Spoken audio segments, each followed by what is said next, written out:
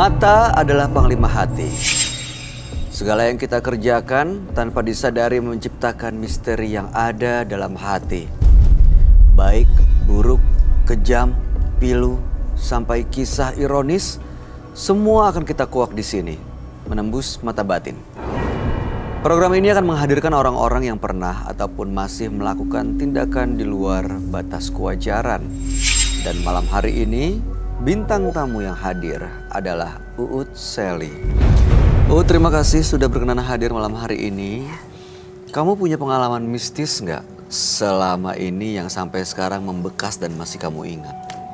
Kalau pengalaman aku sih ya, kalau dilihatin langsung itu belum pernah. Sosok gaib muncul gitu belum pernah ya? Belum, Tapi, jangan. Ya mudah-mudahan jangan. Jangan.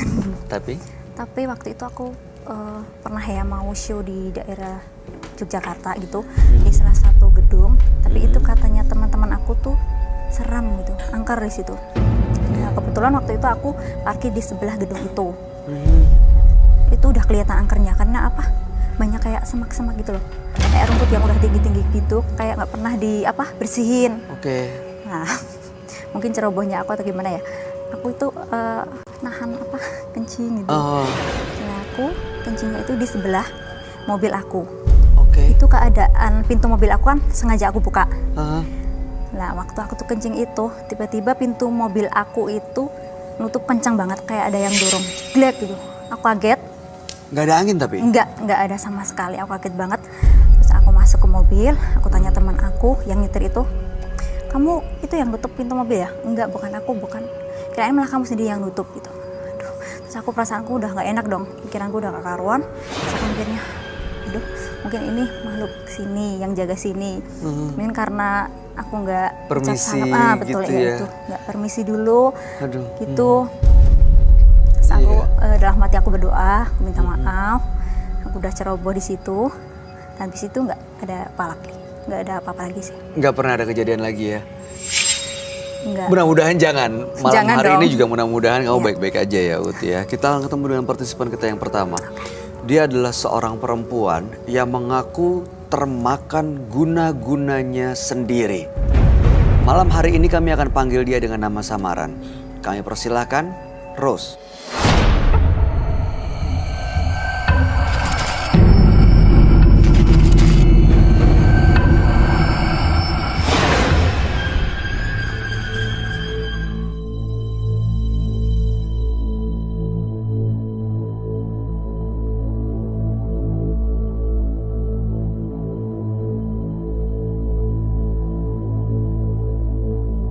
Selamat malam Ibu Rose. Ya, selamat malam. Pekerjaan Ibu apa saat ini?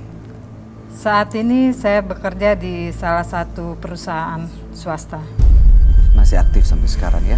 Masih aktif. Apa yang mau Ibu ceritakan pada kami? Saya dari keluarga. Saya menikah karena saya mencintai suami saya. Oke. Saya rela. Saya dicoret dari keluarga saya. Dan saya menjadi seorang. Tapi di dalam satu, saya baru berumah tangga, saya baru memiliki anak satu. Dan saat itu anak saya berusia 1 tahun, suami saya sudah selingkuh. Saya merasakan bahwa apa yang udah saya korbankan selama ini, itu sia-sia. Tidak dihargai. Dan saya berusaha bagaimana caranya supaya suami saya itu kembali kepada kami, pada anak saya, kepada saya. Apa yang Ibu lakukan?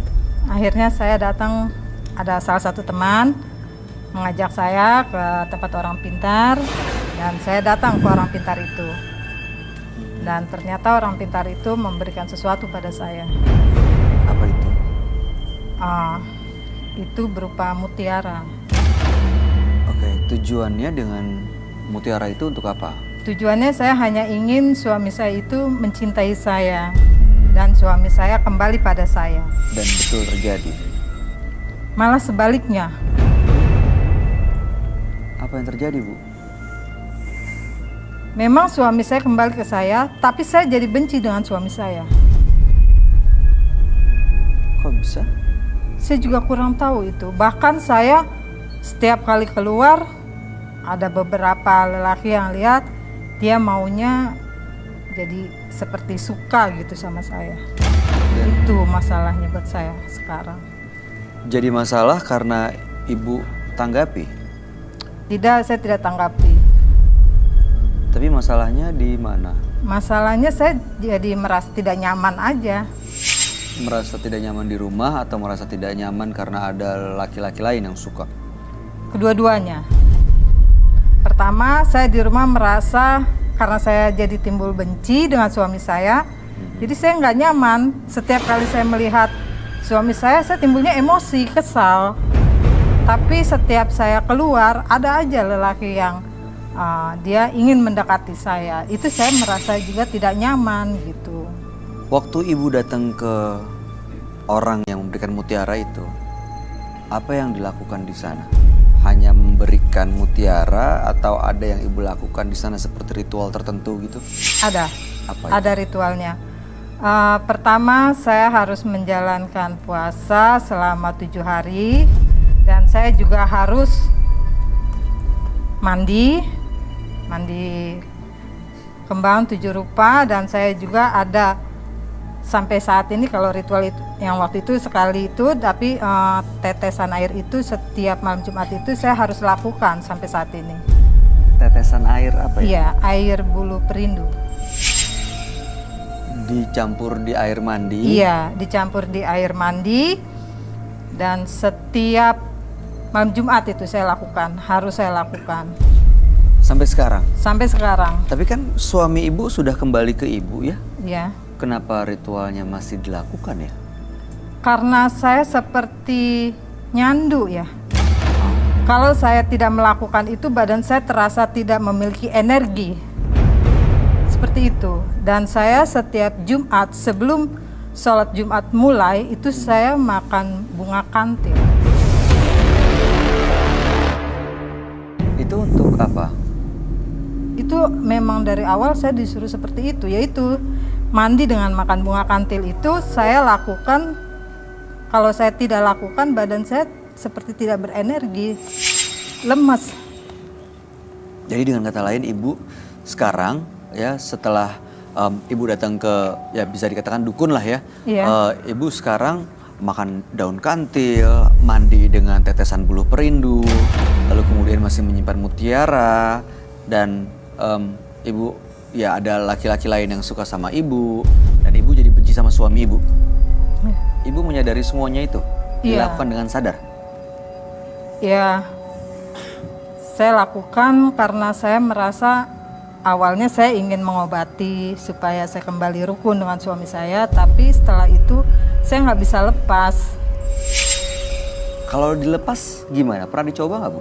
Justru itu, saya itu datang ke orangnya karena mutiaranya itu kan saya telan. Sebesar apa sih, Bu? Besar itu? Kecil-kecil, Oh banyak, kecil-kecil. ada 7. Oke. Itu saya harus telan, dan saya telan itu. Saya telan karena saya ingin kembali normal seperti layaknya saya dulu. Saya kepengen hidup normal, akhirnya saya kembali ke orang pintar itu. Maksudnya saya ingin lepas dari semua itu, tapi ternyata orangnya sudah meninggal. Jadi masih dilakukan terus ritualnya dan mutiara itu belum keluar dari tubuh ibu? Belum. Ada pantangan yang harus dijalankan nggak? Yang harus dihindari atau yang harus dilakukan? Pantangannya tidak ada. Baik. Jadi sekarang sebenarnya apa tujuan Ibu Ros datang ke Menembus Mata Batin? Saya karena kepengen sekali saya lepas dari semua apa yang ada di dalam tubuh saya, dan saya kembali hidup normal. Untuk masalah suami saya, sekarang saya sudah rela, ikhlas, karena saya sudah memiliki 3 anak dan 2 orang cucu. Oh, oke. Mudah-mudahan kita bisa dapat jawabannya malam hari ini, Ibu. Ya, mudah-mudahan, amin. Kami akan ajak Ibu untuk bertemu dengan sahabat kami. Dia adalah seorang indigo. Kami persilahkan Roy Kiyoshi. Sebelumnya Tim Mata Batin sudah memberikan tanggal lahir dan nomor rumah partisipan kepada Roy Kiyoshi. Dengan mata batinnya, Roy akan membaca berdasarkan angka yang kami berikan. Rose, tinggal di rumah bernomor 14. Terlahir 1 Agustus 1973. Sosok yang cerdas, simpatik, dan memiliki firasat yang tajam. Namun perasaan dendam membuatnya menjadi terpedaya oleh orang lain. Saya melihat Rose melakukan ritual-ritual yang belum dia ketahui kegunaannya. Ritual itu membuat menjadikan sasaran makhluk halus yang selalu mempengaruhi Rose. Saya melihat dalam mata batin saya, Rose dijaga oleh seorang nenek-nenek berkebaya, menyeramkan sekali dan berambut putih.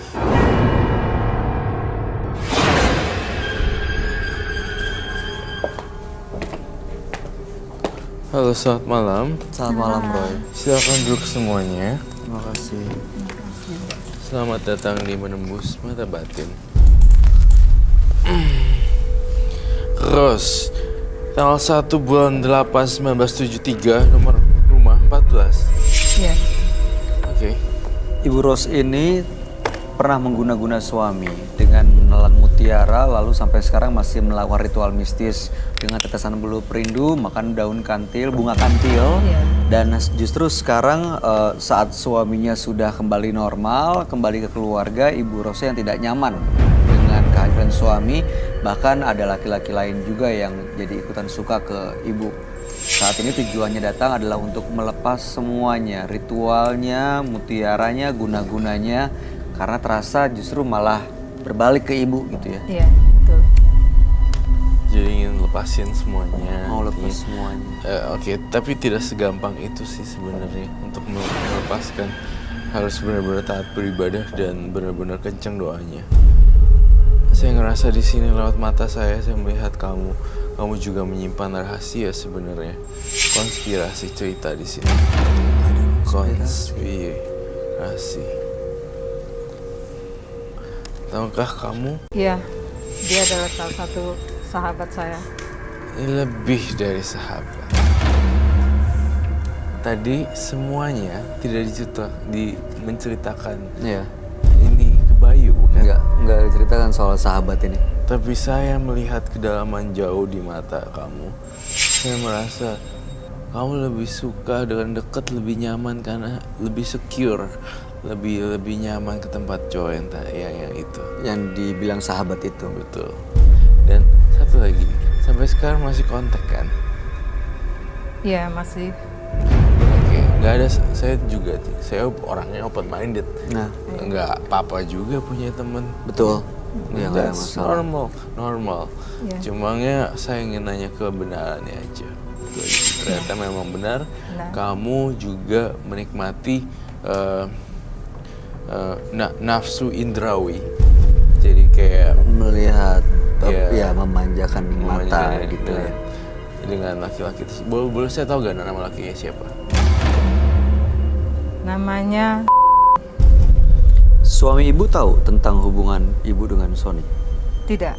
Itu Boleh kesalahan tanya nggak itu? fatalnya. Boleh. Silakan. Itu kenapa harus main sama laki-laki lain? Saat itu Jujur karena saya merasa saya tidak ada teman wanita dalam lingkungan kerja saya adalah laki-laki semua. Dan dari sekian banyak laki-laki itu semuanya itu nakal. Cuma dia yang tidak suka dengan perempuan sama sekali, tapi dia kenal saya dan dia baik dan menghargai saya. Tapi Mbak merasa nggak kalau dia suka sama Mbak? Ya, saya merasakan itu. Kalau Mbaknya? Saya hanya merasa nyaman aja. Karena dari persahabatan itu saya menceritakan apa yang terjadi di dalam rumah tangga. Semua yang terjadi di dalam rumah tangga ibu ceritakan. Enggak semua, maksudnya ada beberapa. Ada beberapa permasalahan rumah tangga yang Iya, diceritakan iya, kepada iya. sahabat ibu. Tapi saya mau tanya ya, teman curhat ibu ini sudah punya keluarga belum? Belum, Masih sendiri? masih sendiri. Single ya? Iya. Oke. Oke, gimana Roy? Apa yang kamu Itu lihat yang saya lihat. sebenarnya? Selain daripada mengakui dia melakukan pelet dan segala macam, saya melihat saya membongkar satu fakta lagi dalam kehidupan kamu. Saya lihat kamu tuh melakukan kesalahan yang fatal juga ternyata. Tidak ada yang bisa dibela di sini, baik Ibu Rose maupun suaminya. Tampaknya dua-duanya saling balas dendam dan melakukan hal yang sama. Jadi apa bedanya ya? Oh, jadi yang kamu lihat sebenarnya sama ya? Iya. Iya, yang dilakukan suaminya berarti yang dilakukan Ibu Rose saat ini sebenarnya. Betul sekali. Awalnya semua orang terkesima dan simpati dan segala macam. Tetapi pada akhirnya ketahuan juga dari mata kamu. Mata adalah jendela hati. Dia lebih nyaman, lebih kasih care sama kamu lebih banyak. Tapi menurut aku itu salah. Ini teman kantor ya, Bu? Iya, teman kantor. Ibu lebih saat ini ya, lebih senang Sabtu Minggu saat libur kantor atau Senin sampai Jumat saat masuk kantor? Kedua-duanya saya nggak suka ya. Soalnya jujur, kalau Sabtu Minggu saya di rumah, libur. Berarti saya bertemu dengan suami saya. Tapi kalau saat saya masuk, ya yang di luar itu yang pertama kali saya. Guna-guna yang dilakukan buat suaminya itu masih apa ya, masih terus dilakukan Roy sampai saat ini Oh ritualnya. gitu. Apakah justru malah mengundang makhluk halus juga kah dalam kehidupan Ibu Rose? Sebenarnya guna-gunanya nggak usah pelet ya, pelet untuk suaminya. Iya, Iya. guna-guna Pelet supaya untuk balik. suaminya nggak usah dilakuin lagi. Karena gini loh, kalau emang dasarnya cinta, nggak usah pakai gitu-gituan juga bakalan cinta. Ya, setuju. Nggak usah pakai pelet, nggak usah pakai apa, kasih minuman dan segala macem. Kita udah nothing tulus, dia jatuh cinta, ya udah. Ya. Tapi masalahnya saya nggak yakin Ibu Rose masih cinta sama suaminya sekarang. Sih. Ini sebenarnya lebih ke arah ego sih, ego masing-masing sih. Suami kamu juga galak juga, temperamen. Iya, betul. Saya nanya lagi, nih ya, saya ngelihat saya ada lihat itu ya? Hah? Ngelihat itu Iya, suaminya. dalam saya ngelihat ada luka lebam sebenarnya di bagian ada di bagian sesuatu. Tubuh. Iya, warnanya biru. Iya, dada saya. Dada kamu, ya, makanya saya nggak enak ngomongnya. Kamu tahu kan itu kerjaannya siapa kan? Iya, Dipukul ya. Dipukul. Tapi bukan berarti Mbak Rose jadi tersakiti gini membalas dengan hal yang sama. Sakit gak waktu ditonjok tahun berapa?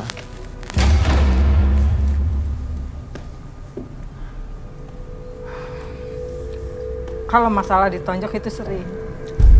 Oh, berkali-kali, Bu. Tiap dia marah, emosi dia lakukan. Nunjuk Ibu. Ya, Terakhir kapan? terakhir kurang lebih 5 bulan yang lalu.